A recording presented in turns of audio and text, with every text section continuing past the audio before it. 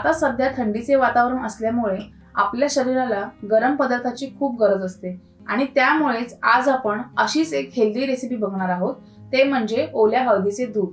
तर हे दूध कशा पद्धतीने बनवायचे हे आता आपण बघून घेऊयात आणि रेसिपी बनवायला सुरुवात करूयात. सर्वात प्रथम इथे ना मी दूध घेतलंय. आता हे दूध आहे ना मी 3 ग्लास घेतलंय, कारण हे हळदीचं दूध आहे ना ते मी 3 ग्लास बनवणार आहे. तर साधारण पाव लिटर हे दूध आहे. तर आता हे दूध आहे ना आपण मीडियम गॅसवरती व्यवस्थित एक उकळी येईपर्यंत उकळून घेऊयात. तर इथे आपले दूध उकळेपर्यंत ना आपण ही हळद किसून घ्यायची. तर हे दिसायला तुम्हाला साधारण आल्यासारखं दिसेल.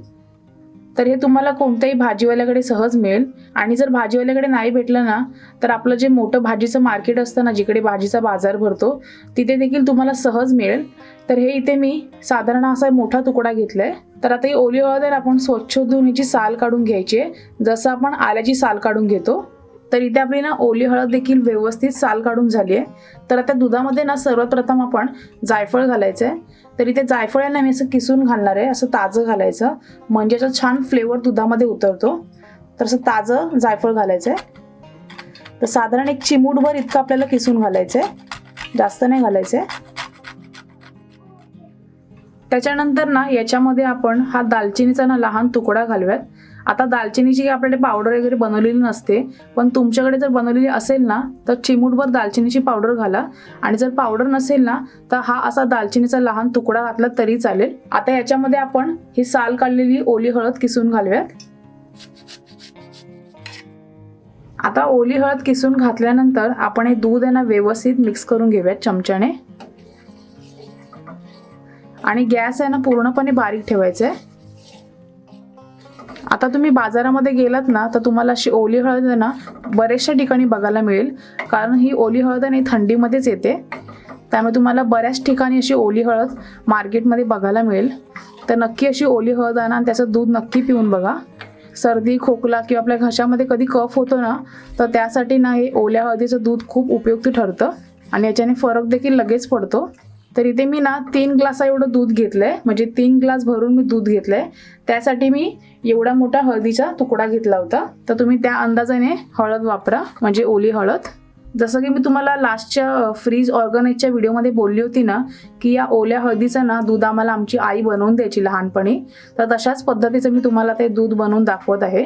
कारण हे दूध आहे ना खूप उपयुक्त असतं आपल्या शरीरासाठी, आणि थंडीमध्ये तर खूप फायदा होतो आपल्या शरीराला या हळदीचा. त्यामुळे तुम्ही अशा ओल्या हळदीचं दूध आहे ना नक्की बनवून बघा. आणि आपण जी आपल्या घरी जी हळदीची पावडर असते ना त्याचं आपण दूध बनवतो ना आणि या ओल्या हळदीचं दूध बनवतो ना, या दोन्ही दुधामध्ये ना खूप फरक आहे. म्हणजे चवीचा देखील आणि जो फायदा होतो ना त्याचा देखील बराचसा फरक आहे. त्यामुळे तुम्ही जास्त करून ना या ओल्या हळदीचं दूध बनवून पिया. आता इथे आपल्या दुधाला ना छान अशी उकळ आली आहे आणि हळदीचा रंग देखील खूप सुरेख आलाय, तुम्ही बघू शकता. आणि दूध आहे ना मध्ये मध्ये असं चमच्याने ढवळत राहायचंय, म्हणजे दूध आहे ना एकसारखं शिजलं जातं आणि हळद देखील व्यवस्थित दुधामध्ये मिक्स होते. आता या दुधाला एक उकळ आली ना की याच्यामध्ये आपण अगदी चिमूटभर अशी काळी मिरीची पूड घालायची. जास्त नाही घालायची, अगदी थोडीशी घालायची. त्याच्यानंतर ना याच्यामध्ये आपण पाव चमचा वेलची पूड घालूयात. आता ही वेलची पूड देखील ना मी घरीच बनवली आहे आणि याची देखील रेसिपी ना आपल्या चॅनलवरती ऑलरेडी मी अपलोड केलेली आहे. तर या रेसिपीची लिंक देखील मी तुम्हाला डिस्क्रिप्शन बॉक्समध्ये देत आहे. तिथे जाऊन तुम्ही नक्की चेक करा की मी कशा पद्धतीने वेलची पावडर बनवलेली आहे. वेलची पावडरचा पण ना खूप छान असा स्मेल होतो दुधामध्ये. आणि हिवाळ्याच्या सीझनमध्ये ना आपल्या शरीराला गरम पदार्थांची खूप गरज असते, त्यामुळे दुधामध्ये ना सर्व असे गरम पदार्थ वापरतात, जसे की दालचिनी, काळी मिरी पावडर, या अशा सर्व गरम पदार्थांची ना आपल्या शरीराला खूप गरज असते. त्यामुळे दुधामध्ये असे सर्व पदार्थ वापरतात आणि खूप असं हेल्दी दूध बनतं. त्यामुळे तुम्ही हिवाळ्याच्या सीझनमध्ये ना हे दूध नक्की बनवून पिया. आणि साधारण 5 ते 6 मिनटं आपण मीडियम गॅसवरती दूध व्यवस्थित शिजवून घेऊयात, म्हणजे या ओल्या हळदीचा जो रस आहे ना तो पूर्णपणे दुधामध्ये उतरेल. म्हणून एक 7 ते 8 मिनिटं आपण दूध व्यवस्थित उकळवून घेऊयात, कारण या ओल्या हळदीचा जो रस आहे ना तो पूर्णपणे दुधामध्ये उतरला पाहिजे. म्हणून 7 ते 8 मिनिटं व्यवस्थित असं सतत ढवळत हे दूध आहे ना व्यवस्थित उकळवून घ्यायचं आहे. कारण या ओल्या हळदीची चव आणि जो रस आहे ना तो पूर्णपणे दुधामध्ये उतरावा, म्हणून हे दूध आहे ना असं सतत ढवळत 7 ते 8 मिनिटं उकळून घ्यायचं आहे.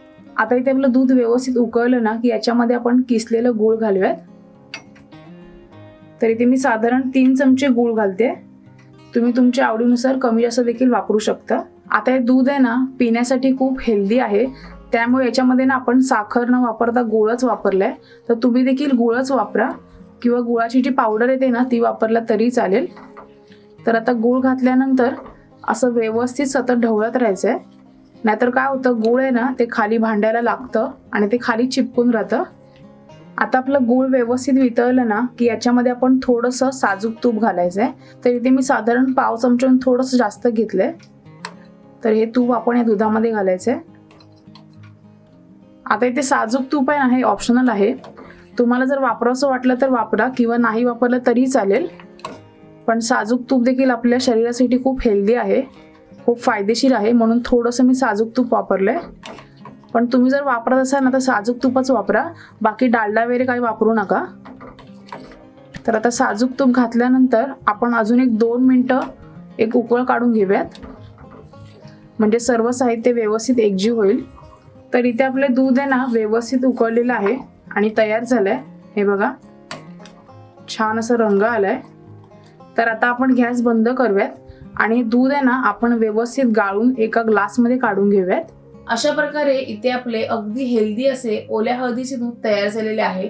तुम्ही देखील या थंडीच्या वातावरणामध्ये हे दूध नक्की घरी ट्राय करा आणि मला कमेंट करून सांगायला विसरू नका की तुम्हाला आजची रेसिपी कशी वाटली. आणि नेहमीप्रमाणे आपली रेसिपी जास्तीत जास्त लाईक आणि जास्तीत जास्त लोकांपर्यंत शेअर करायला विसरू नका.